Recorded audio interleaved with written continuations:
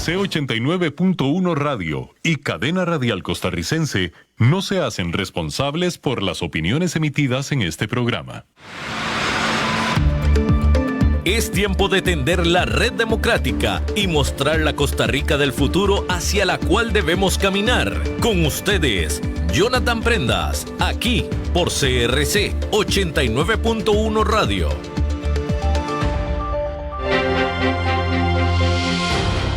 Saludos, ¿qué tal? Muy buenos días, tengan todos ustedes. Bienvenidos a una nueva emisión de Red Democrática. Estamos 10 de octubre del 2023, son las 10 en punto de la mañana y estamos abriendo micrófonos nuevamente para compartir con ustedes donde quiera que se encuentren, en el trabajo, en la casa, en el vehículo, en cualquier plataforma tecnológica dentro o fuera de Costa Rica. Bienvenidos, esta es su casa, como siempre les damos la muy cordial bienvenida.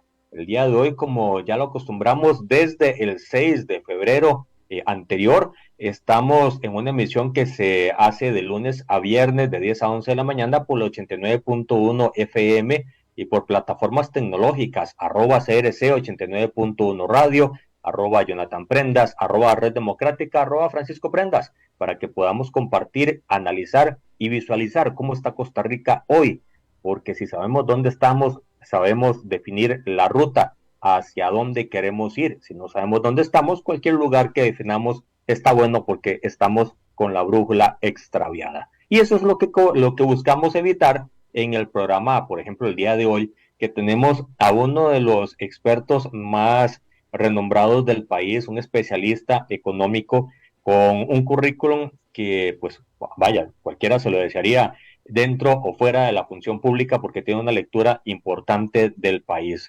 Gerardo Corrales, bienvenido a esta su casa, como siempre, es usted bienvenido. Gracias, Jonathan, por la oportunidad y te felicito por tu programa.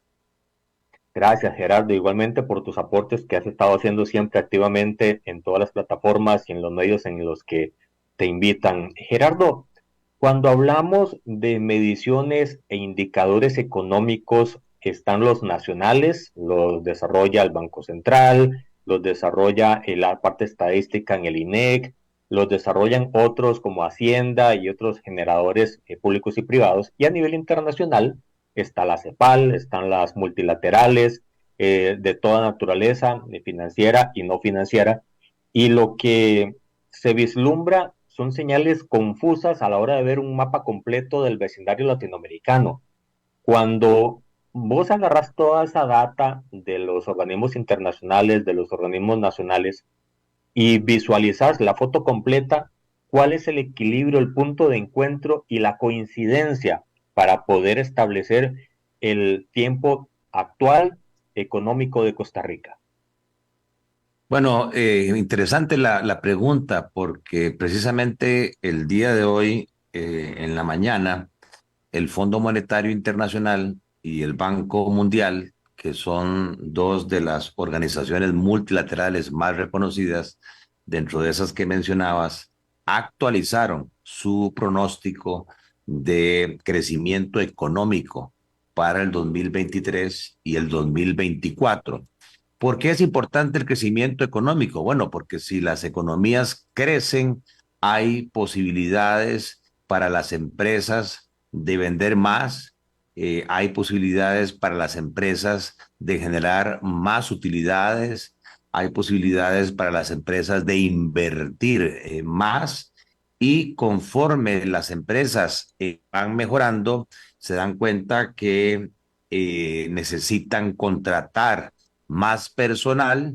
Eso transmite entonces posibilidades de mayores ingresos para las familias.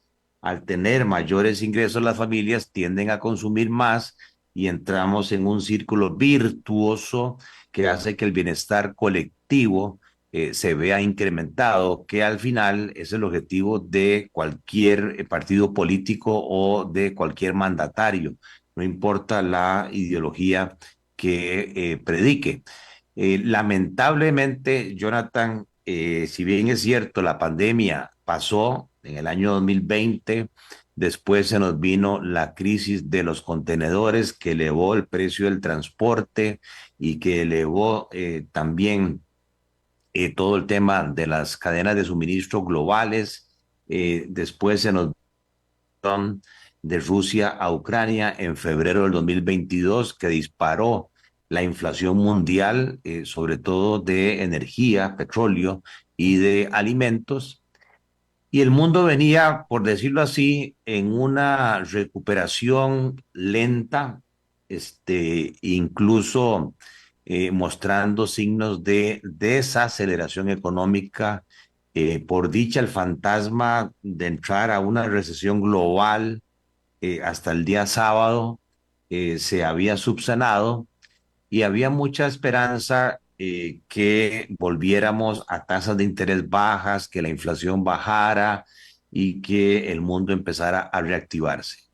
Lamentablemente, de ahí, nadie tenía previsto otro fenómeno internacional geopolítico, que es este enfrentamiento entre Hamas e Israel, que todavía los analistas pues están sacándole punta al lápiz de lo que pueda pasar, pero pareciera ser que la cosa va a ir más allá. Esperaríamos que no.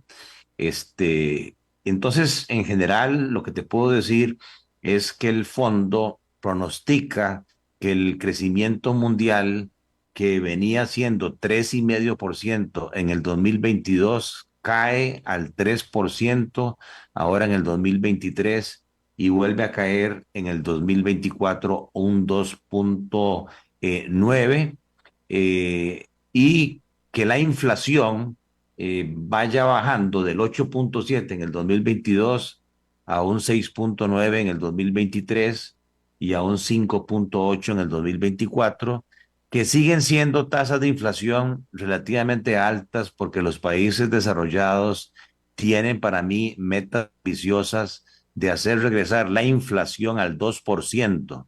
Pero hoy hay discusiones en el mundo si esa meta de inflación, ante las circunstancias tan volátiles que hay, es muy optimista, y si deberíamos parquear la inflación mundial en el 3% para que la política monetaria se suavice un poco y que tengamos tasas de interés mundiales más bajas para que los países como los nuestros no se vean tan afectados en desmotivar la inversión, el consumo y su crecimiento económico. En general, entonces te diría que es un mundo todavía incierto, es un mundo lleno de divergencias, y quizás la única buena noticia que trae este informe es que en el caso de Estados Unidos, que es nuestro principal socio comercial, las proyecciones de crecimiento son elevadas, que en el mes de julio el fondo creía que Estados Unidos iba a crecer 1,6 y ahora están proyectando 2,1, y para el 2024 1,5. Esa es nuestra gran oportunidad, sinceramente. La gran oportunidad es que los Estados Unidos tienen un impacto en Costa Rica muy fuerte en todo lo que tiene que ver con exportaciones, en todo lo que tiene que ver con inversión extranjera directa y en todo lo que tiene que ver con el turismo. Y además, que cada vez más la globalización como la conocíamos, un proceso en donde algunos escritores decían, como Thomas Friedman, que el mundo se volvió plano y que ya no había barreras ni para las personas ni para los bienes. Ahora más bien lo que estamos viendo después de estas crisis es que se están formando grandes bloques geopolíticos, un bloque liderado por los Estados Unidos, digamos, y las economías de Occidente, de carácter democrático y que creen en el libre mercado, y un bloque alrededor de regímenes más del estilo autoritario, dictatorial, liderado por China y Rusia, y algunos incluso están conformando otros subbloques como son los BRICS: Brasil, India, Rusia, China, y lamentablemente, que esa separación en bloques tiene condiciones para los consumidores menos óptimas de lo que sería un mundo único, más integrado, pero que creo ahora lo que pesa más, incluyendo el tema ahora de Israel, es la seguridad nacional sobre los temas de eficiencia económica. Gerardo, antes de entrar en un tema muy específico que es el sistema financiero nacional, y quisiera hacer una repregunta a lo que estás diciendo. En efecto, hasta el viernes a medianoche, hora Costa Rica, las proyecciones eran X y todo el mundo estaba proyectando bolsas de valores, ustedes economistas como tal, asesores financieros en todo ahí, pero del sábado para acá es casi que un reescribir las proyecciones que se estaban haciendo. ¿Habría posibilidad de que estas mediciones que dan a conocer estos organismos internacionales que decías se puedan ajustar en el corto plazo dependiendo de si la escalada de violencia en el Medio Oriente se sigue pues activa? Sin ninguna duda, o sea, el mundo está ahora a la expectativa de qué es lo que va a pasar. Hay muchas sospechas que detrás de esta organización terrorista Hamas, y yo en esto no tengo partido a favor de Palestina o a favor de Israel, pero sí definitivamente yo no voy a estar en favor de cualquier grupo terrorista o narcotraficante. Y para mí Hamas es un grupo terrorista y las imágenes que hemos visto son terribles, sin decir con esto de que Israel no ha cometido también sus errores. La expectativa que existe en este momento es qué va a pasar porque se especula que Irán tiene algún tipo de relación con lo que ha sucedido, y que eventualmente el bloque de los países árabes musulmanes podría, ¿verdad?, tomar esto como eh, una bandera contra Israel, y ya los Estados Unidos y sus amigos occidentales se han manifestado en favor de Israel. Eh, no quisiera yo pensar que esto escalara a nivel mundial, no solamente por el tema de violencia y lo más duro que es el sacrificio de vidas humanas, sino que cuando esto pasa, ya lo vimos con la invasión de Rusia a Ucrania, los mercados financieros mundiales se vuelven muy nerviosos, Así es. muy inciertos, muy volátiles. ¿Y qué es lo que sucede? De que el dólar es lo más pendejo que hay, la riqueza es lo más pendejo que hay, entonces empieza a ver lo que se llama técnicamente el flight to quality. Los grandes inversionistas empiezan a buscar dónde guarecerse, y lo que se ha demostrado es que el gran ganador son los bonos del Tesoro americano, ¿verdad?, Ujú. que tendrían una gran demanda. Su precio sube, el dólar se fortalece contra las otras monedas, tendríamos una escalada de tasas de interés y de inflación otra vez, y de evaluaciones en el mundo, lo cual tendría efectos nocivos sobre la recuperación económica, y afectaría el crecimiento económico y lamentablemente los niveles de pobreza. O sea, no hay efecto bélico que tenga consecuencias económicas para el mundo. Obviamente, sí hay gente que se ve favorecida, pero en tipos de actividades no deseables. Los que fabrican todos esos armamentos militares y todos esos instrumentos ahora de alta tecnología, ¿verdad?, para parar todo lo que son los misiles y demás, pues ganan porque son armamentos con costos millonarios. O sea, las fábricas de ese tipo de productos se ven incrementadas, pero no es el tipo de producción que uno quisiera que el mundo estuviese generando. Entonces, en estos días hay que estar muy pendientes, hay mucho temor, y lamentablemente, siendo nosotros un país importador de capitales, tanto financieros como de inversión, ante un mundo incierto y volátil, no ganaríamos con que esta situación se vea agravada.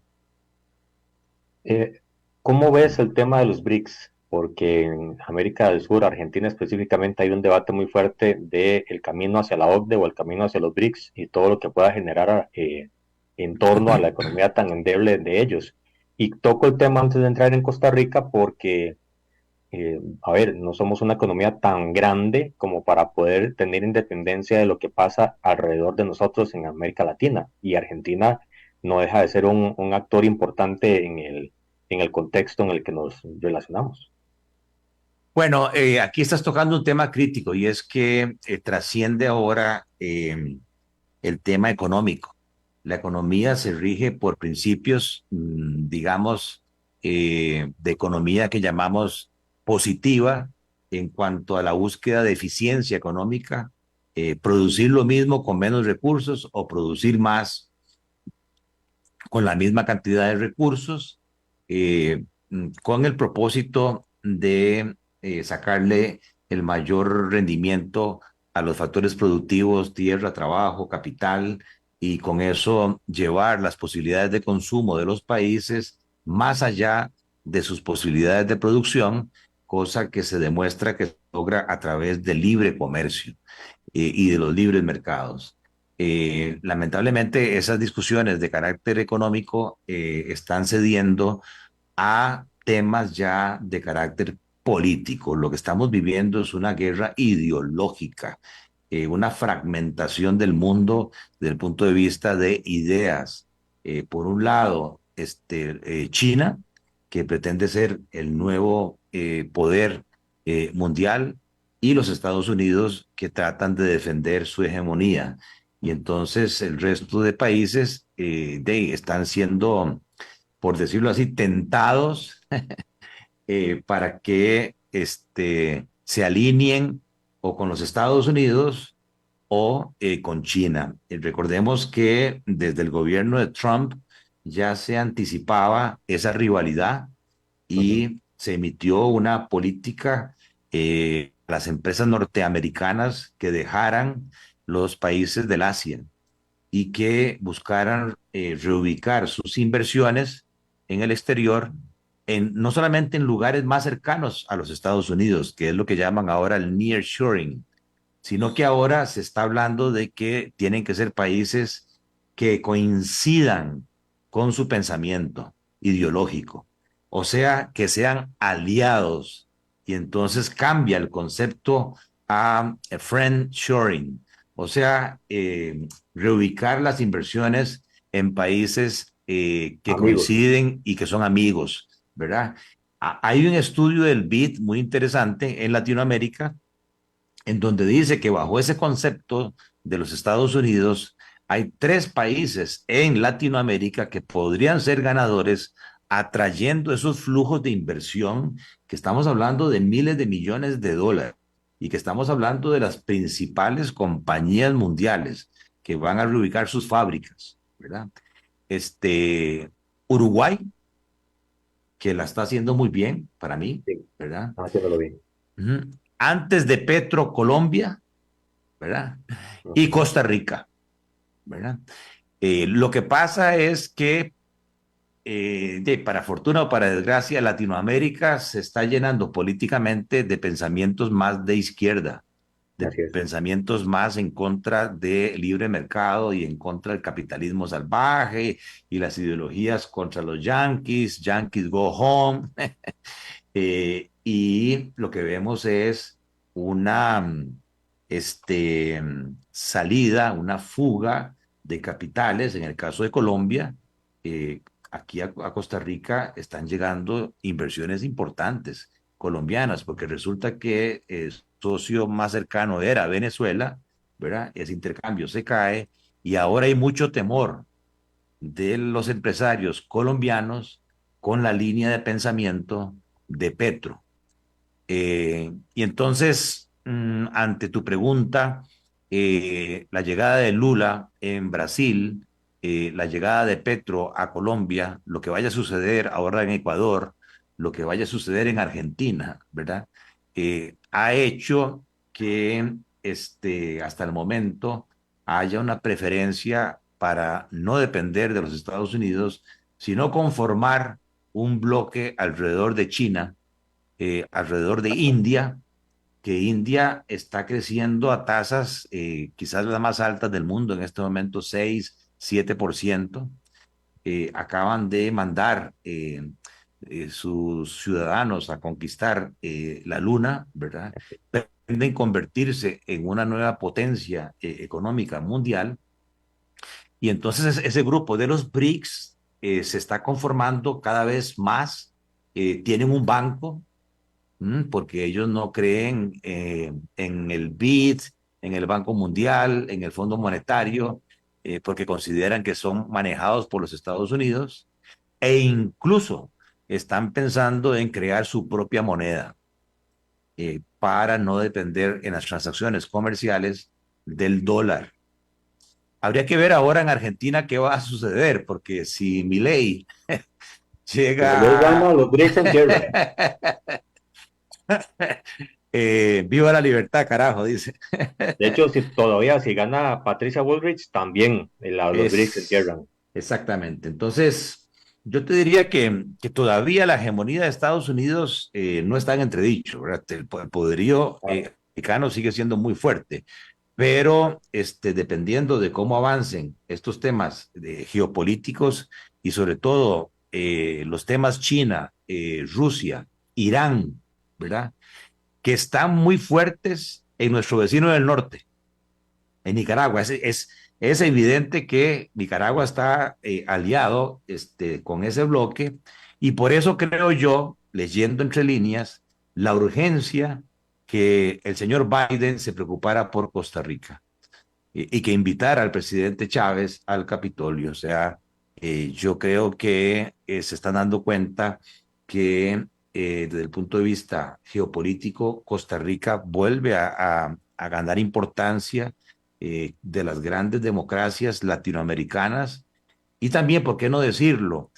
Hay temores que la guerra no se manifieste militarmente hablando, sino la guerra que se está dando es por el espacio cibernético.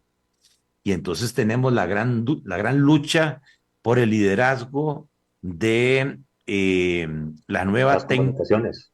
la nueva tecnología, las telecomunicaciones, que es la red de banda ancha 5G, por donde circula, por decirlo así, toda la telefonía móvil y que permitiría, ahora sí, desarrollar la inteligencia artificial, desarrollar el Internet de las cosas, especialmente para las empresas, y quien venía liderando ese mercado son los chinos, definitivamente.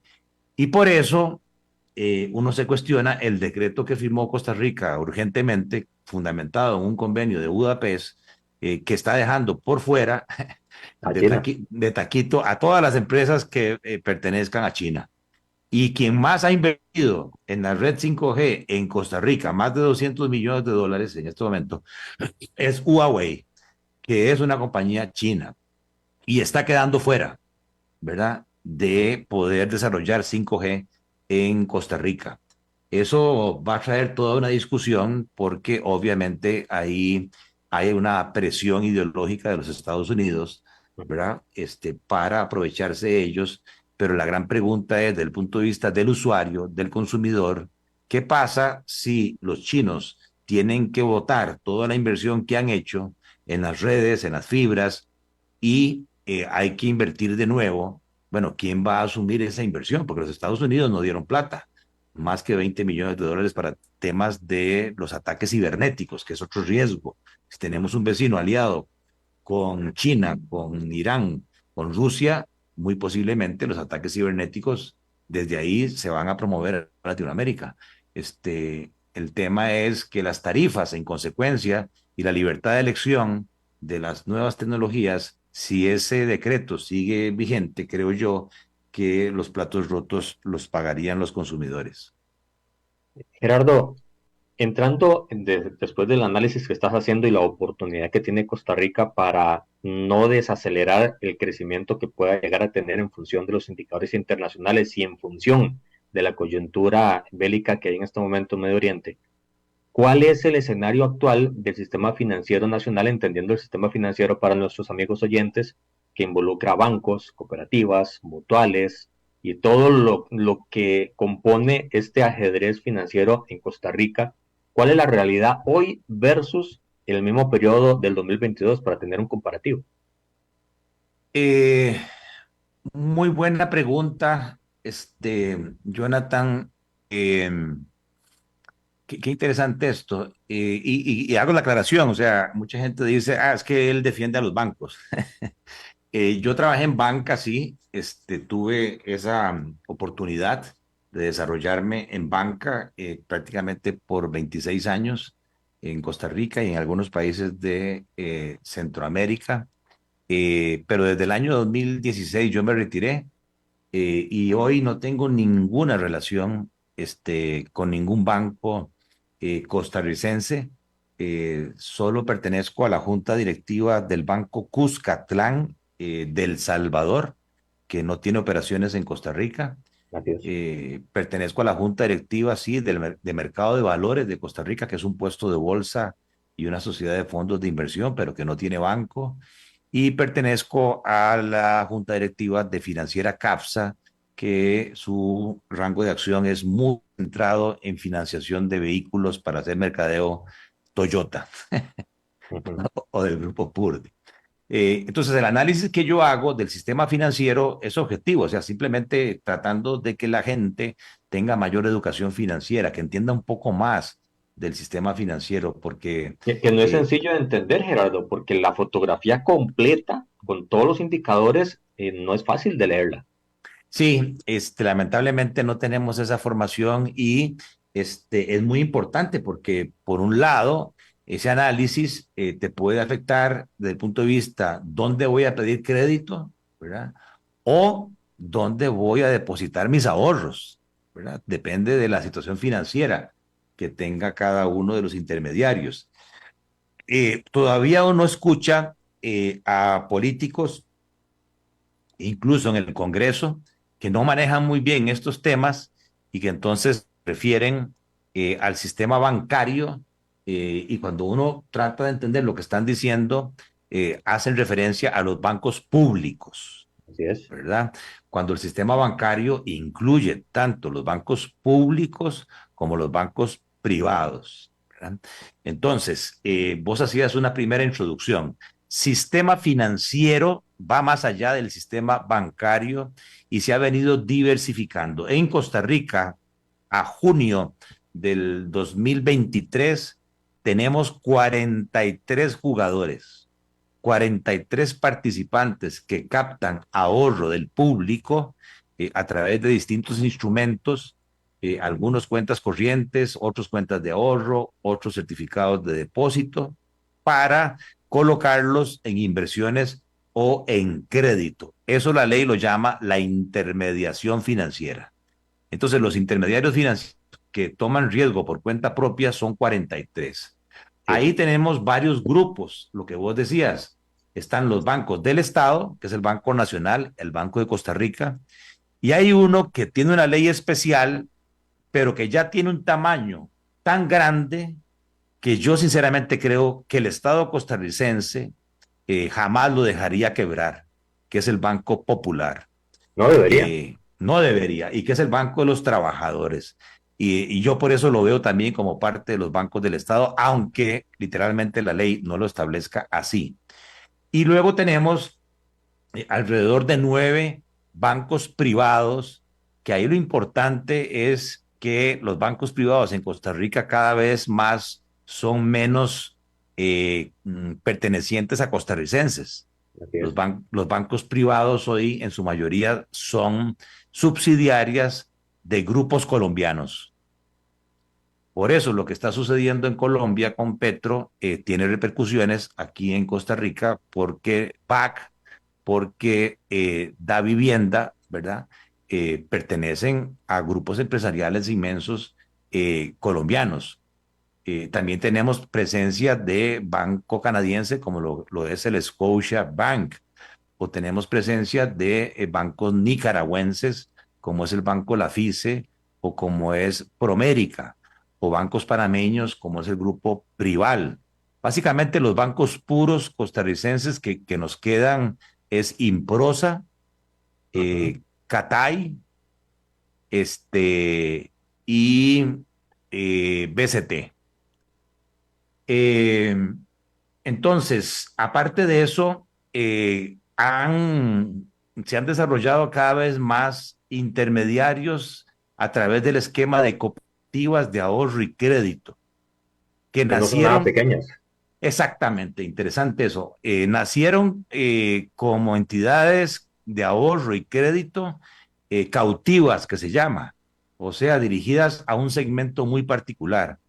Pero algunas cooperativas se han abierto y simplemente te dicen, yo le puedo dar crédito, mire, pues que yo no estoy afiliado a la cooperativa, no importa, tome, aporte aquí 10,000, 20,000, 50,000 colones y lo afilio a la cooperativa y le puedo prestar. Entonces, hay algunas cooperativas como Cope Alianza, Copenae, Cope Servidores, Cosique, que ya incluso son más grandes que algunos bancos privados. Así es. Luego tenemos las financieras, que las financieras se quedaron en pequeñito, están muy parqueadas en nichos. Ahí está la financiera CAFSA, que yo te mencionaba, está la financiera Comeca, está un grupo que se llama Multimoney, que está ligado con el grupo que posicionó este producto Beto Te Presta.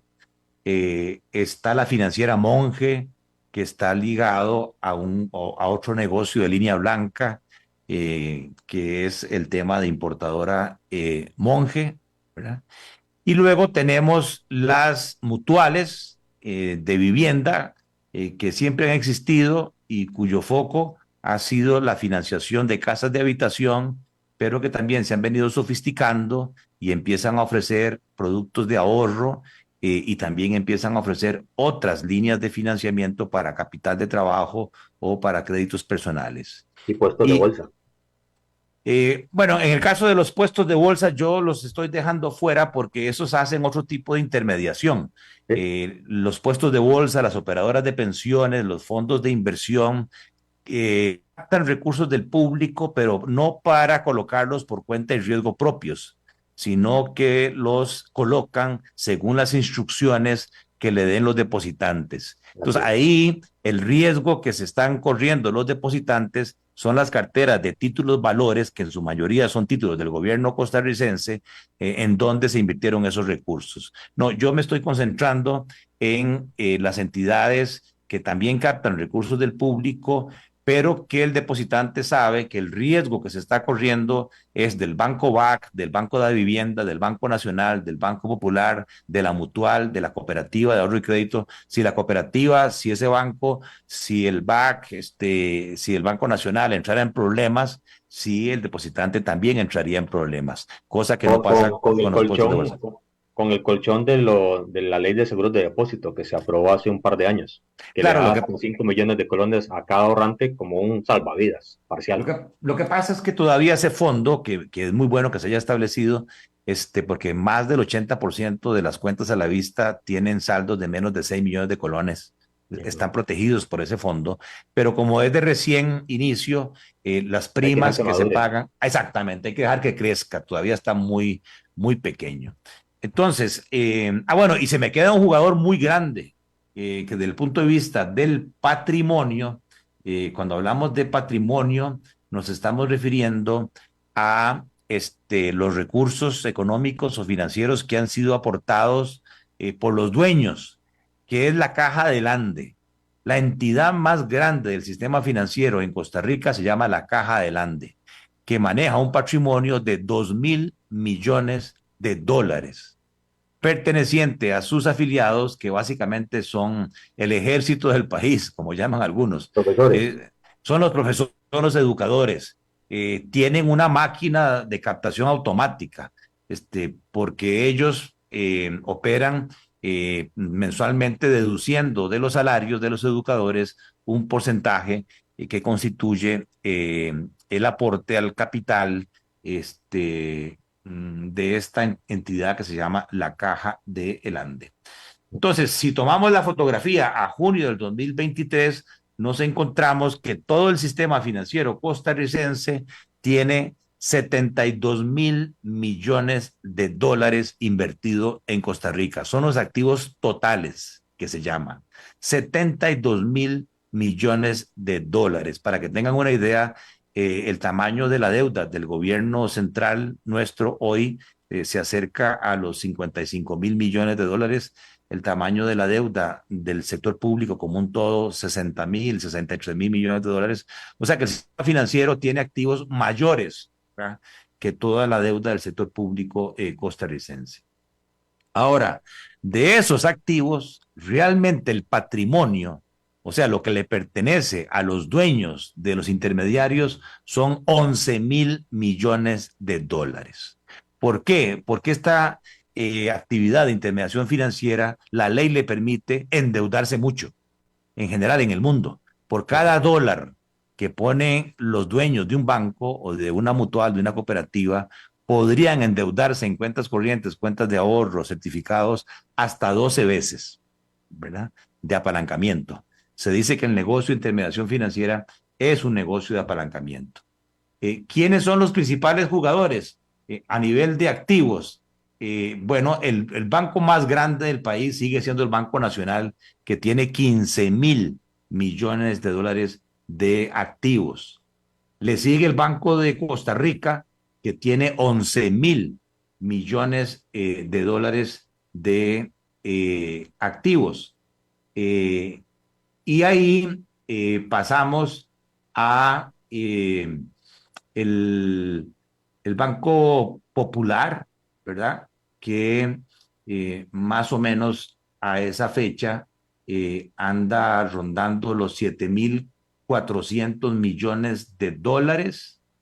Esa es la conformación de los bancos que llamo yo del Estado, pero aquí el punto a señalar es que el BAC ya superó al Banco Popular y ya tiene activos el BAC por 9.500 millones de dólares. Es la entidad privada más grande del país, ¿verdad? Y le sigue Da Vivienda ya con una diferencia de 4.000 millones de dólares, y de ahí pasamos a un Scotiabank que tiene 3.500 millones, un Promérica que tiene 2.500 millones de dólares, y luego ya el resto de bancos privados se quedó en cifras menores, como la FICE, 900 millones, PST, 900 millones, Improsa, 600 millones, ¿verdad? Eso me lleva a la categoría de la Caja del Ande, donde la Caja del Ande tiene activos por 3.200 millones de dólares. Ve qué interesante, tiene un patrimonio de 2.000 y apenas tiene activos por 3.000. O sea, tiene pocos pasivos, está poco apalancado. Entre menos apalancamiento tenga una entidad financiera, menos riesgo tiene. Claro.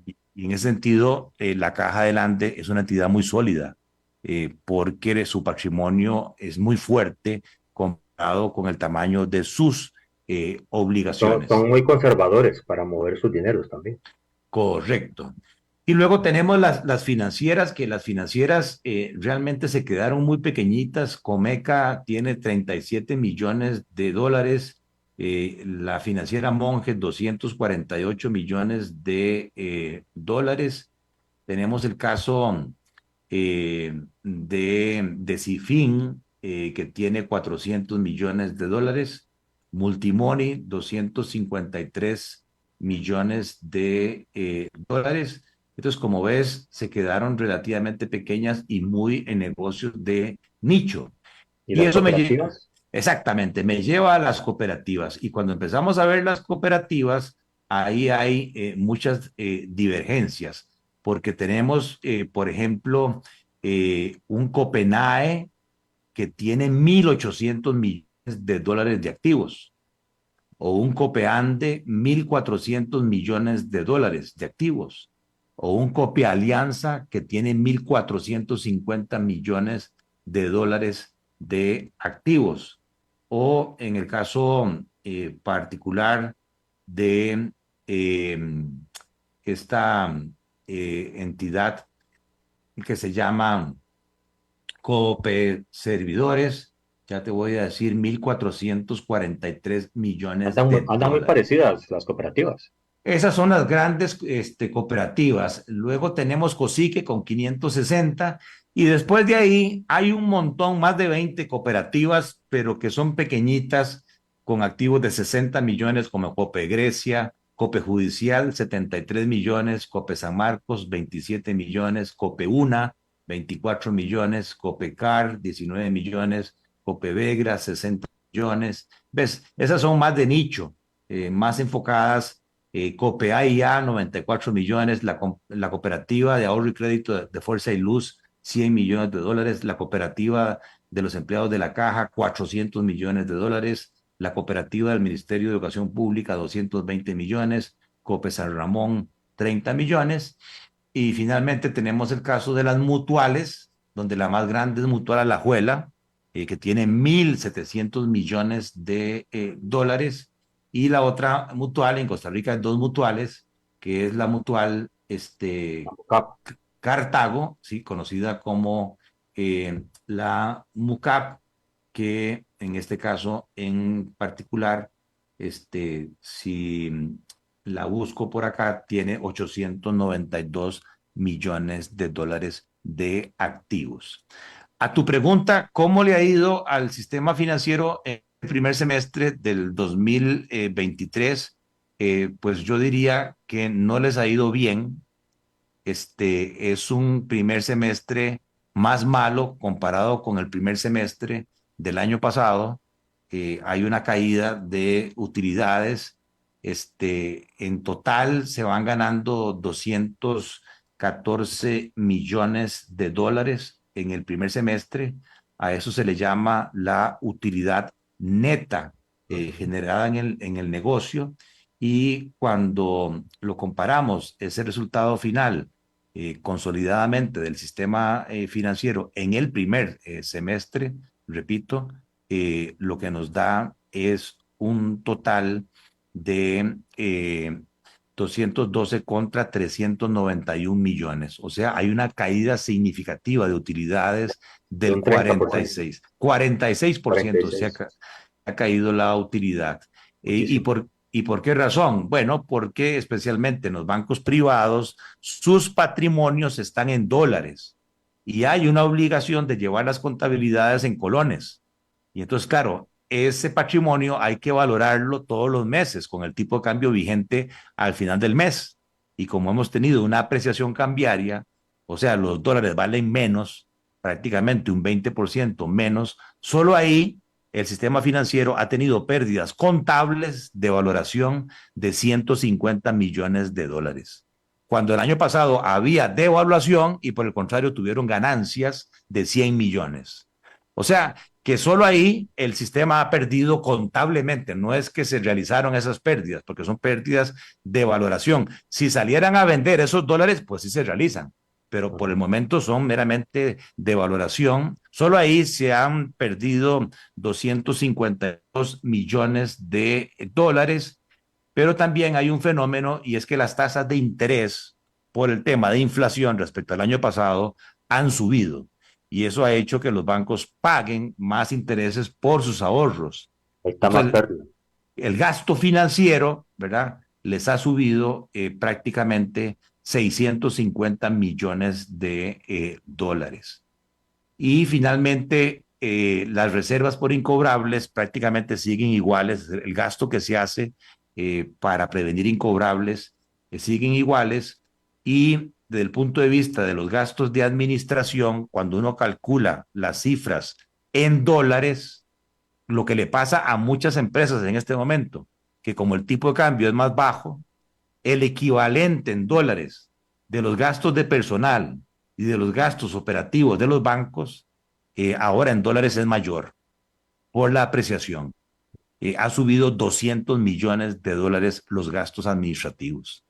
Entonces, yo diría que esta radiografía, si yo lo pongo con las compañías exportadoras, con las compañías turísticas, con las compañías que están ligadas con competidores de importación, el fenómeno es el mismo. El año 2023 es un año muy malo en resultados y por lo tanto va a ser un año muy malo en recaudación de impuestos, porque el sistema financiero en el primer semestre de este año va a pagar 134 millones de dólares de impuestos, pero el año pasado habían pagado 210 millones. O sea que si hiciéramos el corte a hoy, el Ministerio de Hacienda va a recaudar 72 millones de dólares menos de impuestos, y si lo hacemos anual, serían casi 150 millones menos de impuestos por las pérdidas cambiarias que se están dando con la apreciación. Yo te diría que eso, pues, da un resumen. Me da pena porque prácticamente se nos va la hora del programa, pero creo que era importante que tuvieran los seguidores una radiografía. No con esto estoy diciendo de que los bancos vayan a quebrar o los intermediarios, no, siguen ganando plata, ¿verdad? Pero Pero la menos. renta, claro, y las rentabilidades que están teniendo sobre el patrimonio, que es lo que interesa para un inversionista, cuánto está rentando mi banco. A veces uno escucha a diputados, a políticos, tirándole a los bancos, que es que ganan mucha plata, pero solamente se fijan en la utilidad y no se dan cuenta que en el sistema financiero costarricense hay invertidos 10.000 millones de dólares de patrimonio para ganarse en un semestre 200 millones. Multiplico por dos, se ganan 400 millones. Eso significa que la rentabilidad sobre ese patrimonio en colores es de un 4%. O sea que un accionista de un banco en este momento, que es un momento coyuntural, le sería más rentable vender el banco y colocar esa plata en bonos del gobierno de Costa Rica que están pagando o en un bono del Tesoro de los Estados Unidos que a un año plazo está pagando ya prácticamente 5.25 en dólares, ¿verdad?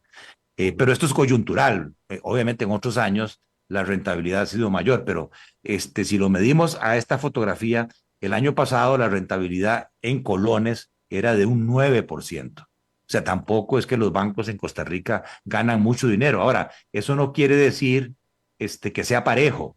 Hay intermediarios financieros que por su gestión están teniendo rentabilidades muy buenas. Digamos, el año pasado, una vivienda rentó un 20%. Ahora se está viendo muy afectado, apenas se está rentando 1.7.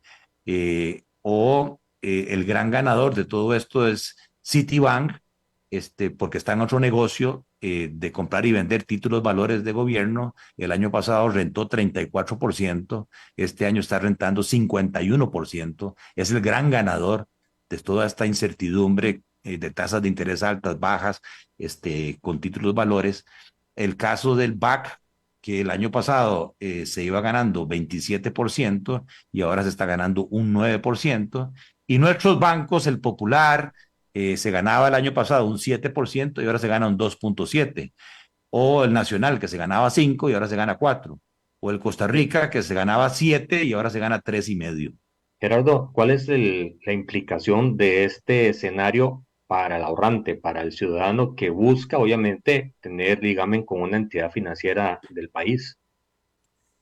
Bueno, aquí lo importante es que siguen ganando utilidades, y eso les da la posibilidad que por cada dólar o colón que ellos ganen en utilidades, todavía siguen teniendo la posibilidad de apalancarse 10 veces, 11 veces.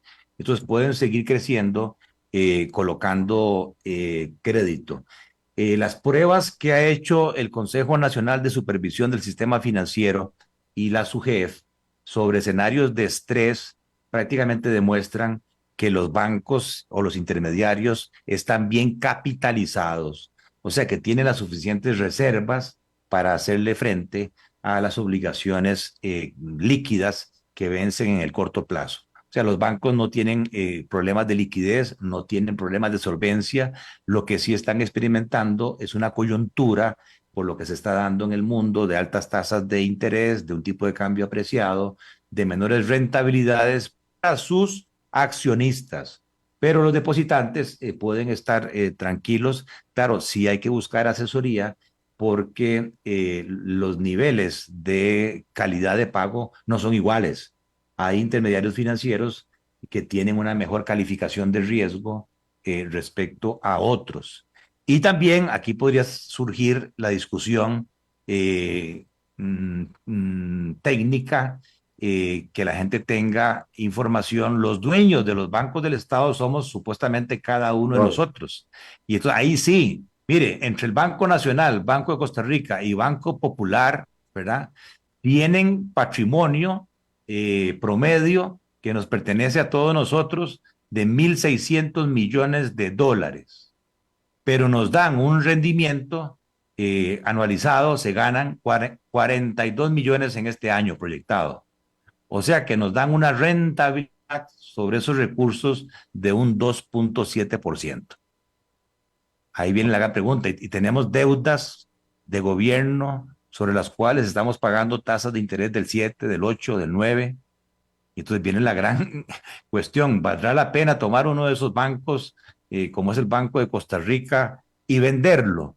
Y con ese patrimonio de 1.100 millones a un múltiplo, digamos, de 1.6, 1.7, recuperar 1.800 millones y abonarlo a la deuda y ahorrarnos un 7% de intereses al año, ¿verdad? Esa es la gran pregunta, aparte ya de temas ideológicos, cualitativos. No, ¿cómo vamos a vender el Banco de Costa Rica? Si es una joya histórica del país, si tiene sucursales en todo el país, aunque ahora digitalmente la gente puede entrar por celular y hacer sus transacciones, no importa el lugar, si hay presencia o no hay presencia física. Es una discusión que este gobierno quiere plantear a nivel del Congreso.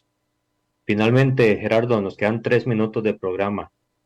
Un análisis rápido, si se puede, del tema de la renta mundial que se está discutiendo en la Asamblea Legislativa y te han pedido consulta a vos también.